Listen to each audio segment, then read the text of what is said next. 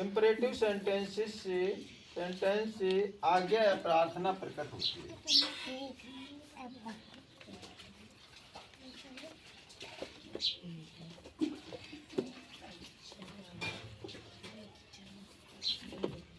Imperative sentence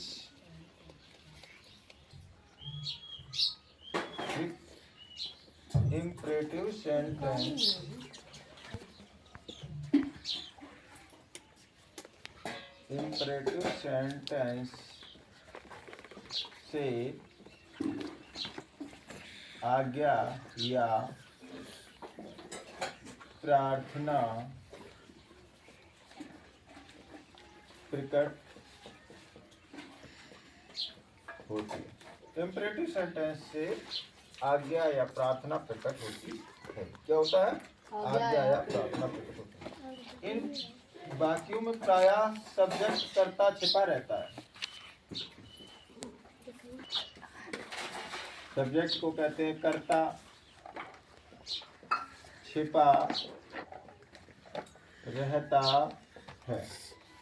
imperative sentences जो होते हैं इन वाक्यों में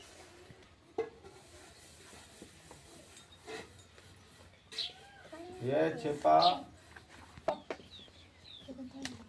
यू होता है। यू मतलब तुम होता है। छिपा हुआ कर्ता क्या होता है?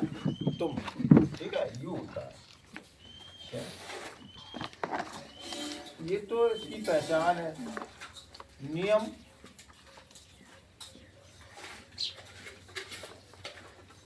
अब इसमें हमें देखना है नियम। यदि आज्ञा सूचक वाक्य यदि आज्ञा सूचक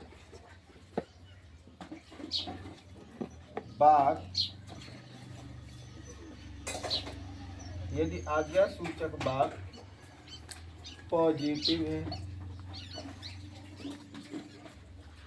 यदि आज्ञा सूचक वाक्य पॉजिटिव है तो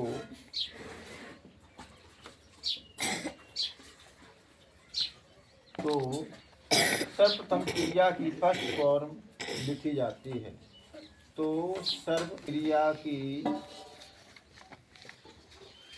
FIRST फर्स्ट FORM फॉर्म लिखी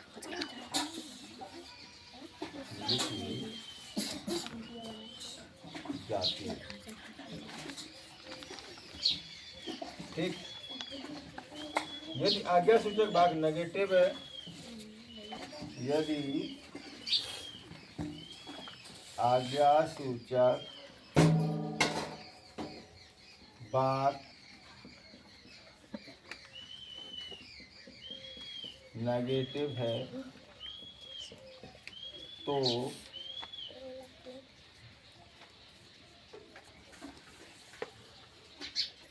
यदि आज्ञा सूचक वाक्य नेगेटिव है तो मत के लिए डू नॉट लिखकर, तो मत के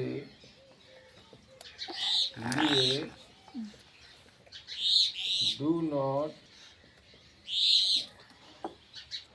लिखकर क्रिया की फर्स्ट फॉर्म लिखते हैं। क्रिया की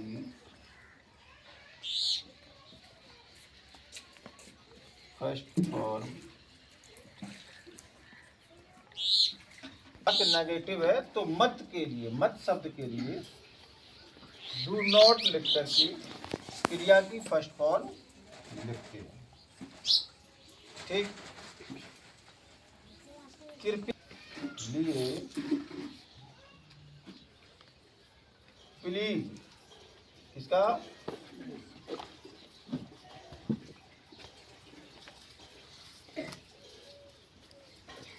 प्लीज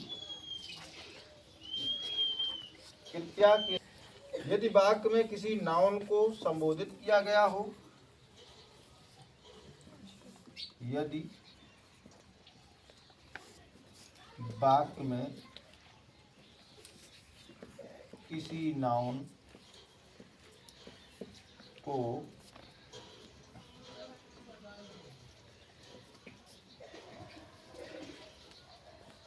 संबोधित किया गया हो तो उस नाउन के बाद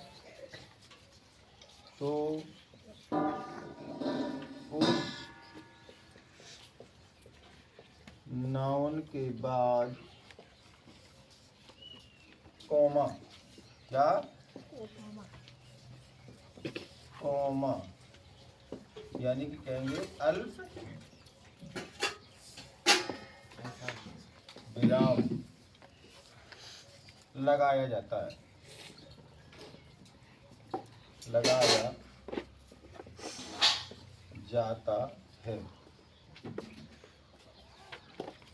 ठीक है, क्या लगाया जाता है? अल्प विराम। अल्प विराम को हम कॉमा कहते हैं। क्या कहते हैं? कोमा। कॉमा। ठीक सेंटेंस यानी कि और बाज एंड बर से संबंधित इंपरेटिव सेंटेंस पढ़ेंगे तो इंपरेटिव सेंटेंसेस की पहचान होती है कि इंपरेटिव सेंटेंसेस से सेंटेंस से आज्ञा या प्रार्थना प्रकट होती है। क्या होता है? आज्ञा प्रार्थना। हाँ, आज्ञा या प्रार्थना प्रकट होती है। इन वाक्यों में प्रायः सब्जेक्ट कर्ता छिपा रहता है और यह छिपा हुआ कर्ता कौन होता है? तुम। कौन होता है? तुम। नियम इंपरेटिव सेंटेंस बनाने के नियम है कुछ।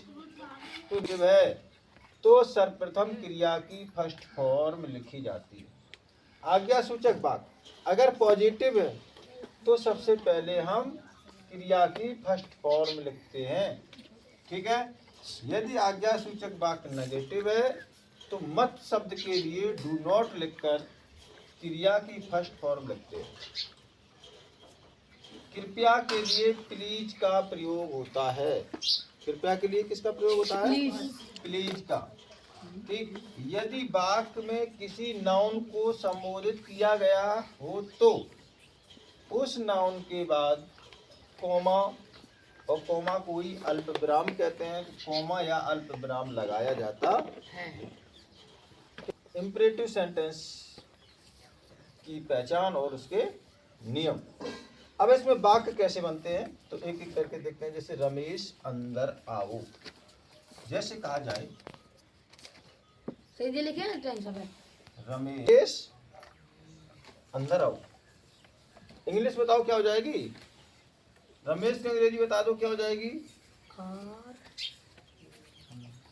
रमेश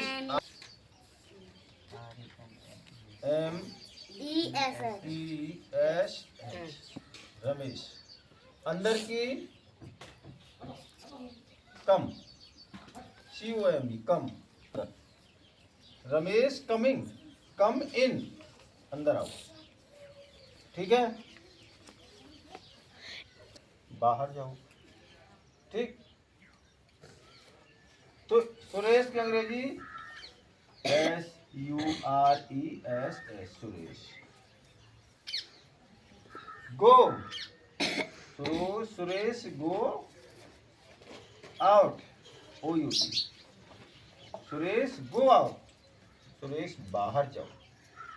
रमेश कम इन, रमेश अंदर आओ। क्या मेरी